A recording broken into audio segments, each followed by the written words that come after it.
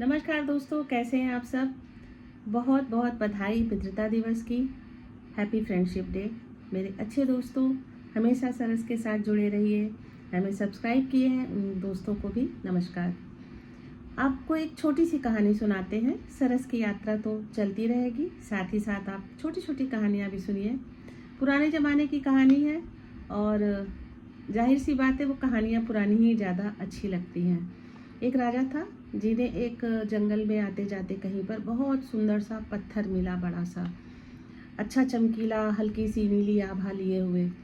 तो राजा साहब उसको घर ले आए और प्रधानमंत्री को अगले दिन बुलाया दरबार में और कहा कि मुझे इस पत्थर से शिव जी की प्रतिमा बनाना है। इस पत्थर से जो प्रतिमा बनेगी भोलेनाथ की बहुत सुंदर होगी और नीलकंठ उनका नाम रखेंगे। अब प्रधानमंत्री ने राजा जी से वादा किया कि जी महाराज, मैं तो ज़रूर बनवाऊंगा, आपकी पसंद की प्रतिमा बनेगी। और उन्होंने राज्य भर में मुनादी करवा दी कि शिव जी की प्रतिमा बनाना है। जो सर्वश्रेष्ठ मूर्तिकार हो आए, उन्हें अच्छी मूर्ति बनाने पर 100 स्वर्ण मुद्राएं और मुँह मांगा इनाम दिया जाएगा। बहुत सारे मूर्तिकार आए, उन्होंने देखा, कुछ अपनी कला का प्रदर्शन किया, पर महाराज को नहीं जमा, उनका काम पसंद नहीं आया, किसी का बात नहीं समझ में आई। बहुत खोजबीन करते एक बहुत बड़े सुप्रसिद्ध मूर्तिकार आए। उन्होंने कहा कि मैं महाराज की पसंद की प्रतिमा बनाऊंगा। उनका काम भी महाराज को, प्रधानमंत्री सबको पसंद आया। अब वो मूर्तिकार अपने घर ले गए उस पत्थर को, धीरे धीरे तराशना शुरू किया, लेकिन वो चोट मारे और वो छेनी की हथौड़ी की चोट से भी वो पत्थर टस से मस नहीं होता था। करते करते कई दिन बीत गए, प्रयास करते करते वो हारने लगे। फिर मूर्तिकार ने कहा कि प्रधानमंत्री जी, मुझसे तो ये मूर्ति नहीं बन पाएगी, मैं इसमें 50 पत्थर की छेनी हथौड़ी की चोट कर चुका हूँ, लेकिन ये मूर्ति नहीं बन पाएगी, क्षमा चाहता हूँ। अब प्रधानमंत्री बड़े परेशान हुए कि क्या करूं। फिर एक नया मूर्तिकार आया, बोला कि मंत्री जी, अगर आप कहें तो मैं भी प्रयास करता हूं। तो उन्होंने कहा, तू क्या कर पाएगा, जब ये इतना बड़ा मूर्तिकार नहीं कर पाया तो तू क्या कर पाएगा। फिर भी उन्होंने कहा कि चलो काम तो कराना ही है, तो चल अच्छा एक बार तू प्रयास करके देख ले। अब वो नया मूर्तिकार ज़्यादा उम्र का नहीं था, 24-25 साल का लड़का था।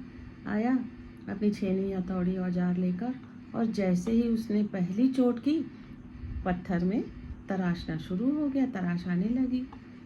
धीरे धीरे उनके सामने ही उसने थोड़ा काम किया और बोला कि मैं 15 दिन के अंदर ये भगवान जी की प्रतिमा आपको बना के दे दूंगा। अब वो जो बुजुर्ग पुराने प्रतिष्ठित मूर्तिकार थे, बहुत बनी मन पछताए कि बताओ, 100 स्वर्ण मुद्राएं भी मिलती, ऊपर से हमें मुँह मांगा जो भी मैं मांगता इनाम में राजा साहब मुझे देते, काश मैंने थोड़ी मेहनत और की होती। तो दोस्तों, बात यही है कि उस वरिष्ठ मूर्तिकार ने 50 हथौड़ी चलाई, 50 बार कोशिश करी, लेकिन नहीं सफल हुआ। उसने एक आखिरी कोशिश करना छोड़ दिया। एक कोशिश और करता तो वो मूर्ति पत्थर चोट सहते सहते प्रतिक्रिया देने लगा था। उस नए मूर्तिकार की पहली चोट काम कर गई, लेकिन वो अगर उस मूर्तिकार ने, पुराने मूर्तिकार ने की होती, तो वो उस मूर्तिकार की आखिरी चोट होती, जिससे पत्थर टूटना शुरू होता और भगवान की प्रतिमा आकार लेती। इसलिए कभी भी ये ना सोचे कि ये नहीं हो पाएगा। प्रयास करते रहें, करते रहें, करते रहें। आपका कोई आखिरी प्रयास हो सकता है सफल हो जाए और आपका काम बन जाए। तो हम लोग भी जो सरस सेवा करते हैं, खाना खिलाते हैं या लोगों की मदद करते हैं, तो ये कोई आज पहला दिन नहीं है, पहली बार भंडारा नहीं है। हम लोग पिछले 14-15 सालों से निरंतर शनिवार को जाते हैं, खाना खिलाते हैं लोगों को।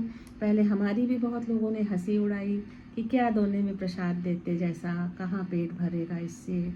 लेकिन आज बहुत सारे लोग लाइन लगा के आते हैं, खाना खाते हैं। गांव-गांव में बोलते हैं कि भैया जाओगे ना तो वहाँ पर मैडम आएंगी और सरस की टीम आएगी और हमें खाना मिलेगा। दोपहर की खाने की चिंता तो कम से कम शनिवार को नहीं करना। तो ये होता है प्रयास। हम लोग भी प्रयास करते हैं और हमेशा करेंगे कि गांव से आए हुए परिजनों को हम लोग खाना खिलाएं। इसलिए कभी भी आप कोई भी काम कर रहे हो तो अपने प्रयास ना छोड़ें। पता नहीं कौन सी चोट आखिरी चोट साबित हो और आपका काम सफल हो जाए। सरस से जुड़े रहिए, कहानियाँ सुनते रहिए, सब्सक्राइब कीजिए। Bye bye.